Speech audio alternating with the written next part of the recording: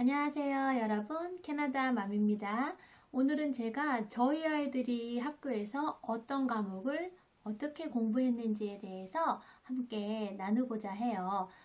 저는 처음에 아이들 학교에 갔을 때 정말 무슨 과목을 공부하는지 당최 알 수가 없었어요. 그래서 정말 궁금하더라고요. 그런데 또 저희 아이들도 영어가 초보이다 보니까 자기들이 배운 과목에 대해서 저에게 와서 설명을 하기에도 그렇게 쉬운 일은 아니었어요. 그래서 궁금증이 굉장히 컸었는데 자연스레 이제 시간이 지나면서 이제 조금씩 아이들이 갔다 와서 이야기해주고 또 제가 열심히 관찰하고 해서 조금씩 알게 되었었어요. 물론 처음부터 어머님들께서 아이들 학교에서 공부하는 거에 대해 관심이 많으셔서 과목별로도 다 알고 계신 분도 있고 커리큘럼을 굉장히 잘 알고 계신 분들도 계셨지만요. 또 저처럼 아이가 학교 가면 도대체 뭘 배워요? 라고 막막하게 생각하는 분도 계실 것 같아서요. 이번 영상을 준비해 보았습니다.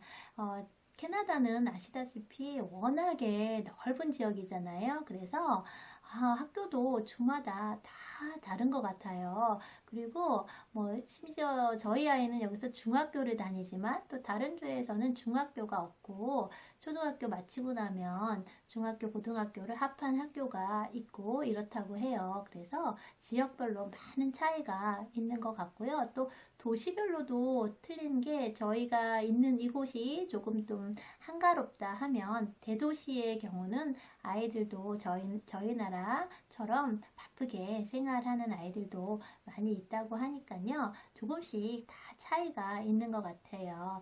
어쨌거나 저는 저희 아이들이 있는 이곳에 대한 이야기를 해보려고 해요. 초등학교와 중학교에 공통적으로 있는 과목은요, ELL이라는 영어 프로그램이 있었어요. 모국어를 영어로 하지 않는 아이들의 그 영어 공부 시간이었는데요.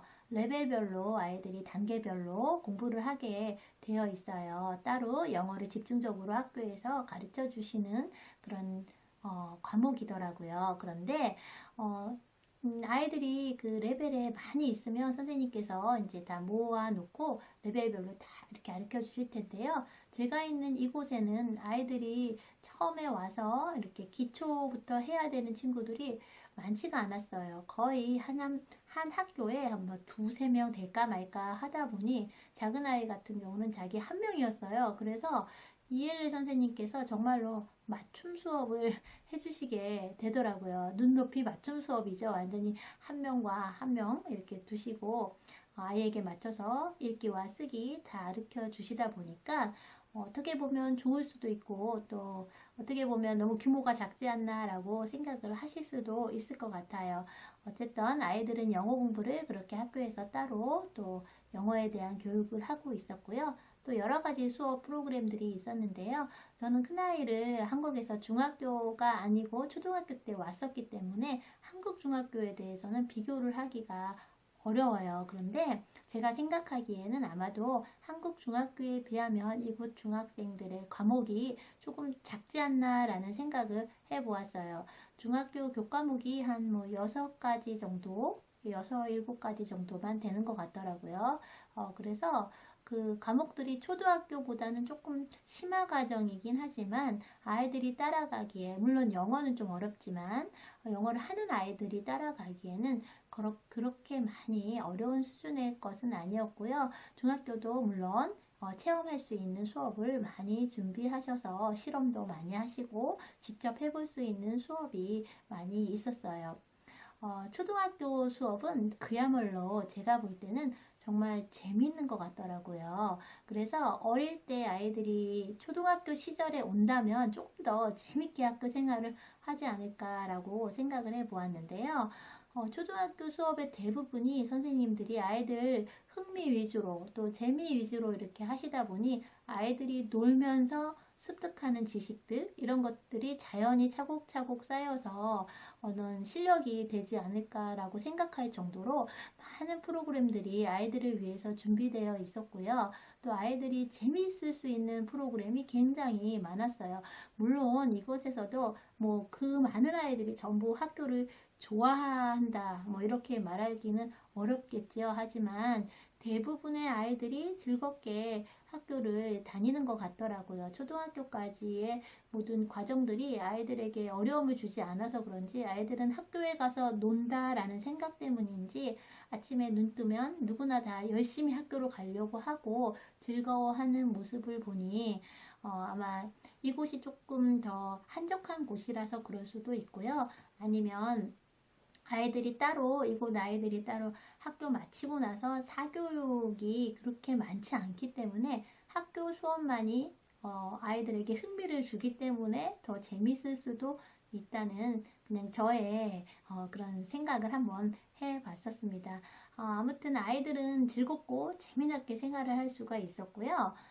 중학교 아이들은 이제 저희 나라하고 똑같죠. 저희도 중학교 학생들이 학교 갈 때 뭐 그렇게 재밌게 학교를 가는 아이들이 몇 명이나 있겠어요. 그쵸? 학교 다들 다녀보셨잖아요. 그쵸? 그래서 아마 이곳 아이들도 중학교쯤 되면 이제 아이들이 슬슬 또 힘들어하는 친구들도 있고 재밌어하는 친구들도 있는 것 같고요. 성적도 물론 이제부터 살살 성적 관리도 들어가기도 하고요. 아이들이 개인차가 나기도 하는 것 같았어요. 그리고 또 수학 같은 경우도 초등학교 때까지는 굉장히 쉬웠다고 생각되었는데요. 이제 또 중학교쯤 가면 조금씩 어려워진다고 하더라고요. 그리고 제가 생각했던 수업 중에서 우리 아이가 하던 것 중에서 약간 제 마음에 정말 쏙 들었던 수업이 하나 있어서 소개시켜 드리려고 하는데요. 선생님께서 따로 이렇게 프린트를 주시는 세계 정세에 대한 이슈, 뭐 이런 이야기를 선생님께서 세상이 어떤 일이 있었나라는 그런 프린트를 주시고 아이들과 함께 읽고 그거에 대한 생각하는 시간을 갖는 수업이 있었어요. 제가 예를 들어 보려고 한 장 준비해 왔는데요. 주로 이제 이런 프린트물을 주셔요. 그래서 여러 가지 챕터들이 있는데요. 이번 연도에는 진짜 한 달에 한 번씩 주시는 것 같은데 주기적으로 하시기도 하고 어쩌다 한 번 하시기도 한다고 해요. 근데 이제 뭐 이번 연도에 같은 경우는 지금 현재 캐나다에서는 2019년 10월에 총선이 있다고 그래요. 그래서 총선에 대한 간략한 소개와 이야기가 있고요. 또 요즘에 많은 이슈가 되고 있는 스웨덴 어린 여학생 그레타라는 환경운동가에 대한 그 이야기를 또 쓰여 있어요. 그래서 그런 이야기들을 선생님과 함께 친구들이 읽고 또 내용을 숙지한 후에 그 문제에 대해서 토론을 해보는 그런 수업 시간이 있더라고요. 그래서 제가 볼 때는 굉장히 이 어린 아이들이 세계를 보는 안목을 키워주고 또 이 아이들이 생각을 이야기할 수 있다는 거. 저희는 중학교 수업 때 어디 손 들고 발표했던 기억이 거의 없는 것 같은데 이렇게 그룹으로 이야기도 해볼 수 있고 또 선생님하고 자연스럽게 세상을 보는 눈을 넓히고 있다는 거에 대해서 참 좋은 수업인 것 같았어요. 물론 그 수업이 모든 애들이 다 즐겁지는 않겠죠. 어떤 아이는 이런 내용의 수업이 재밌을 수가 있고 어떤 아이는 좀 지루하기만 할 수도 있잖아요. 그런데도 이런 수업을 시도했다는 것 자체가 저는 아이들에게는 정말 좋은 수업이 아닐까라는 생각을 한번 해봤었고요. 이 아이들의 그 독서력, 사고력 이런 거에 대해서 상당히 놀랐었어요. 어리지만 그 독서를 얼마나 많이 하는지 저희도 요즘에 저희 부모님들이 독서에 대한 중요성을 계속 생각하고 계속 아이들에게 실천을 하잖아요. 그것처럼 독서의 깊이가 하루아침에 느는 것 같지는 않더라고요. 이곳 사람들을 보면 정말 어린 아이부터 나이 드신 분까지 정말 틈만 나면 그렇게 책을 보세요. 그래서 제가 어느 날 가만히 보면 학교에 데리러 와서도 어머님들이 차에 앉아서 저만 스마트폰을 보고 있고요. 대부분의 분들은 책을 보고 계신 거예요. 그게 어떻게 억지로 하시는 게 아니고 그냥 생활화, 습관화가 되어 있는 것 같더라고요. 그런데 정말 신기한 거는 이 모든 사람이 솔직히 태어나면서부터 책을 다 좋아하는 건 아닐 거 아니에요.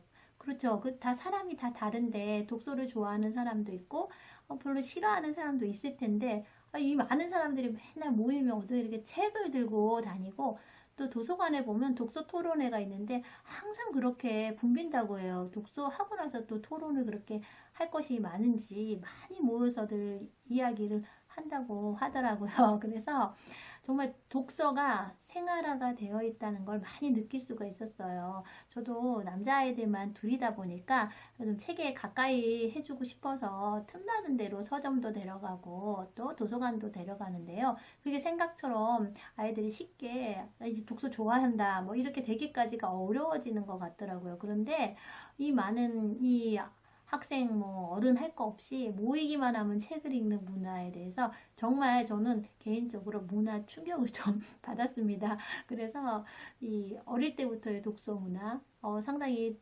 굉장히 따라하기도 어렵지만 꼭 필요한 일이 아닐까라고 한번 생각해 보았어요. 캐나다 초등학교 숙제는 거의 독서예요. 아이들 자기 전에 뭐 20분 책 읽기, 30분 책 읽기 아예 숙제로도 그렇게 내주시더라고요. 근데 사실 자기 전에 책 읽기가 뭐가 그렇게 어렵겠어 라고 생각했는데 어쩌다 보면 그냥 잘 때도 생겨요. 그래서 이 책 읽는 문화가 이렇게 습관화되기까지는 정말 많은 시간이 드는구나라고 제가 체험해봤고 또 그런 생각이 들더라고요. 여러분들 아이들 독서교육 어떻게 시키고 계세요? 정말 저도 함께 팁이 있으면 공유하고 싶을 정도로 많이 궁금하네요.